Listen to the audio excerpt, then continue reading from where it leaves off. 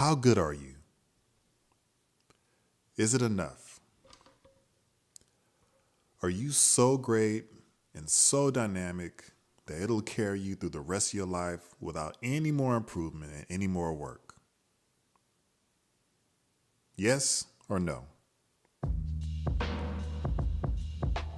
So, a lot of us are great at a lot of things, a ton of things.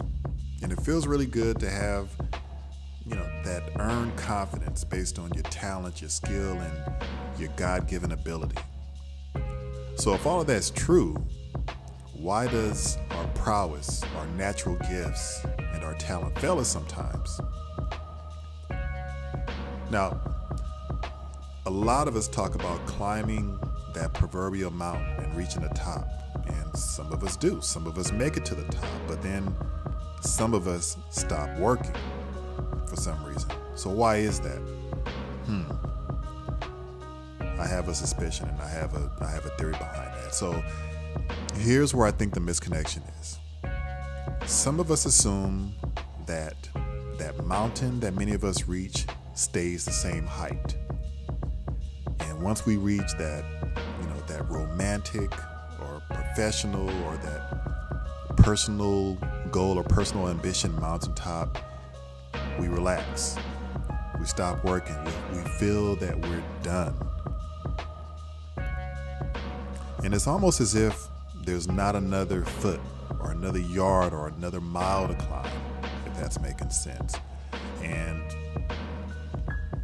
here comes one of my least favorite phrases. It's the whole mission accomplished attitude, or that feeling you get, which, I won't go down that rabbit hole so much. So here's what I think. Let's try to reconnect the dots to where they should be and understand that with time, the mountain continues to grow beneath our feet. And you may feel like it hasn't grown if you're still standing at the same altitude where you met your goal. Now, let me try to make a little more sense of this. So here's an example. I think in the 100-meter sprint, the world record is about 9.5 seconds. And I think Usain Bolt holds the record for that. Now, 9.5 seconds, that is the elitist of the elite. I mean, that's world-class speed.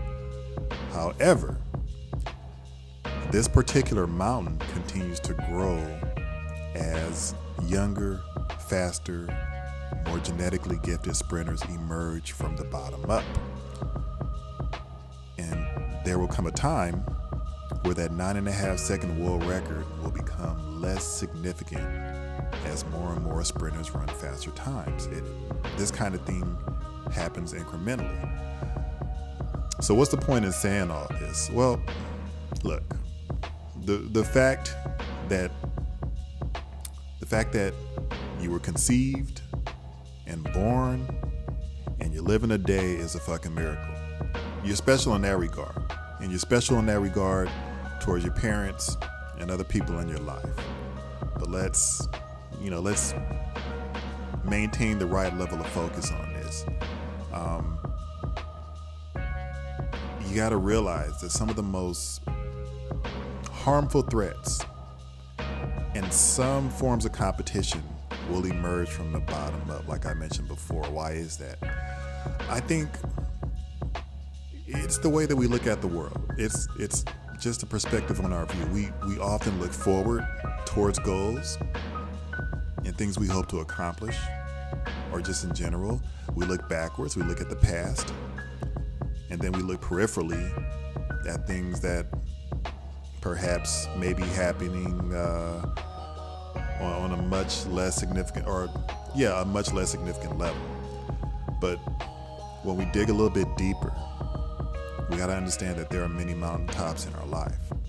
So it pays to commit to ongoing tweaking and ongoing training and enhancing and development in our own lives. One of I'm going to say the opposite of that, and maybe this is something you can all relate to, is, or the worst example is when we're young. You know, we're energetic, we're fit, lean, we got six-pack abs, full of energy, enthusiastic, short-sighted and dumb in a lot of ways, and our youthful arrogance blinds us to the health risk of some of our behavior and some of our habits, like the binge drinking, the fast foods, the shitty diets. It's that youthful arrogance that may keep us at a certain maturity level. So bringing this full circle, really important to remember and understand.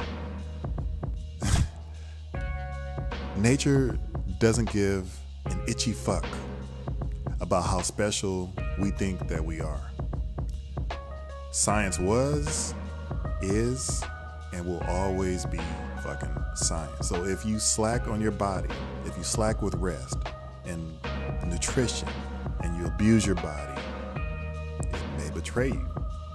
And the same thing happens for some of us that work traditional jobs. Look, I've been in corporate America for years, and I've seen people at the executive vice president and the senior vice president level be shown the door by the powers that be.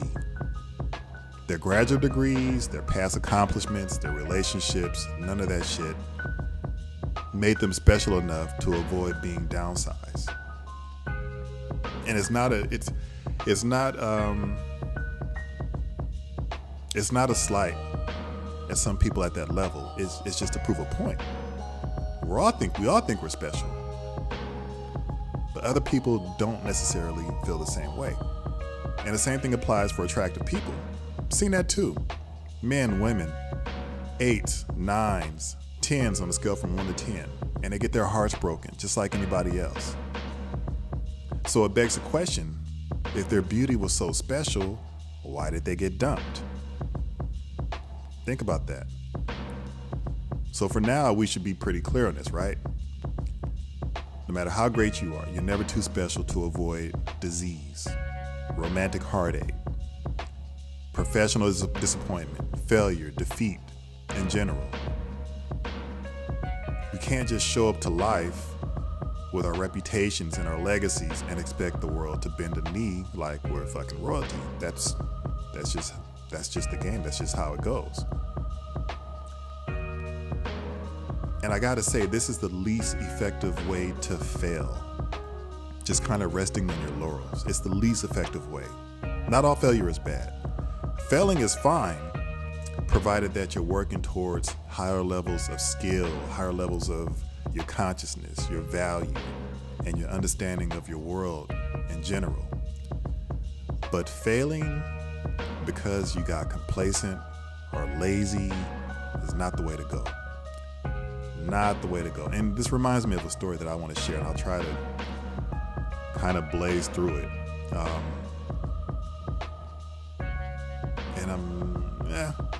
I'm going to paraphrase, because it's actually one of my favorite stories about an NBA player who, full disclosure, I wasn't a big fan of as an athlete, but I respect this guy as a professional. So this story goes back to the 2012 Olympics with the men's basketball team. And mind you, this guy was arguably at the top of his game. So, and this story is told by one of the trainers from Team USA.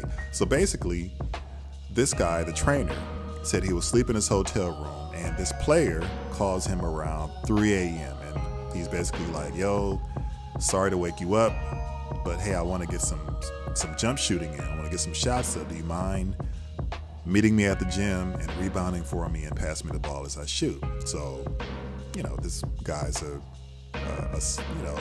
high-profile athlete, and the trainer wants to, acquiesce, and generously, the trainer says, sure, I'll do it. So the trainer meets the player at the gym. He's rebounding, passing him the ball for I think 2 or 3 hours, and then at some point the trainer just says, well, look, man, I'm tired. I'm gonna go to my room, get some sleep before practice starts in the morning, and see you in a few hours. So the trainer leaves, go to bed. returns to the gym a few hours later for the morning practice, right? Trainer gets there a little bit early, to prepare, and when he arrives, he sees, the rest of the team members start trickling in and they're warming up. Meanwhile, the player he was rebounding for the jump shots earlier that morning is in a full sweat. Like his shirt is drenched. It's like he's been, I don't know. It's kind of like, he's got a hell of a warm up in. So he goes up to the player. The trainer goes up to the player and he's like, hey, what time did you end up going to sleep? The player says, I never left. The name of that player was Kobe Bryant. And to give you a little more context on the year 2012, for some of you who may not follow professional basketball, at that point, Kobe had already won 5 championships with the Lakers. He won several scoring titles, MVP awards, All-Star game appearances, etc., endorsements. He's living a dream. But here's what made Kobe special as a player. I think he understood that his legacy up until that point had very little value for the challenges that would be presented to him in the future before he retired. He understood that younger, more skilled, bigger players were coming after him, right? And he probably understood that he wasn't the man that he was 5, 10, definitely 10 years leading up to that point. Make sense? Or you think it's bullshit? Okay, well let's go into something else. Ask Blockbuster Video if they wish they would have taken Netflix a little more seriously. Ask the transportation industry, like the cab drivers, the limo drivers, some of these public transportation organizations. Ask them if they would have taken Uber and Lyft more seriously. And then when you're done with that, ask some of the owners or some of these executives at these department stores and shopping malls if they would have done something different to be more competitive with Amazon, who was fucking killing it. Now, so for the rest of you, if this is something you agree with and you find value in, I have a recommendation. So my recommendation is this, and I'm going to borrow a term from the fighting world, which I just absolutely love. And that term is getting in the phone booth. All right, getting in the phone booth. What does that mean? Well, in the fighting world, like boxing and mixed martial arts, the fighting in a phone booth means getting up close and personal with your opponent and intelligently slugging it out. So it's exactly like it sounds. Imagine yourself in a phone booth with somebody, I don't know, you don't like your in-laws or ex-boyfriend or girlfriend or some shit like that. You're in very close proximity with each other. So borrowing this concept or borrowing this theory,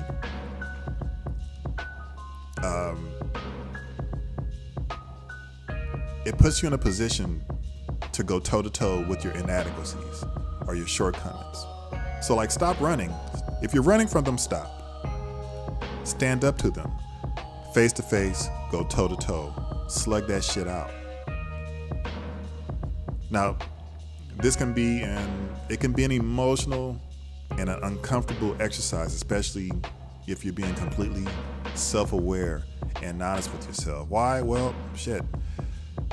You're really sinking your hands in that pile of filth that are your flaws and your weaknesses and your inadequacies. And we all have them. We all have them. And when you look at it, or if you do this exercise long enough, you will see the reality of what is, like your current state, and the possibility of what could be, meaning something to aspire to, like getting on the other side of that challenge of strengthening yourself. And so the goal of this, basically, like if you're looking at it from the perspective of a video game, you're trying to level up. You're trying to make yourself better, bigger, faster, stronger, figuratively and mentally, right? So if you're a salesman, for example, well, just being a good salesman is okay. It's good. The next best thing is upping your game on the technology tied to your sales business. Upping your game in terms of building better customer rapport, being a better communicator, a better presenter, being more persuasive. And on a more carnal level, if you're fortunate enough to be a 9 or a 10, a perfect 10 on a scale from 1 to 10, then shit, great. Okay, that's an important box to check off. People are very visual. But along with that, how about becoming a better listener, a better planner, a better lover, a better friend to your mate? So it's really, the point of this is all about hedging your bet and tipping the odds in your favor through intelligently improving yourself. Don't run from it. Run toward it. Run toward that shit. All right? Okay, I'm going to wrap up now. Thanks for joining. If you got ideas for episodes, feedback, or comments, get us on email. We are at info@themisconnected.com. Hit us on Instagram or follow on Instagram at The Misconnected Podcast. Twitter, the handle is @misconnected, the letter P. That's @misconnected, letter P. If you're feeling generous and it's in your heart and you want to donate, we're on Patreon at Misconnected Podcast. And last thing, if you want to share with a friend, if you like the podcast, you want to share, please spread the word. Tell your friends about it. Subscribe. I don't know. That's it. So thanks. Talk to you guys next time.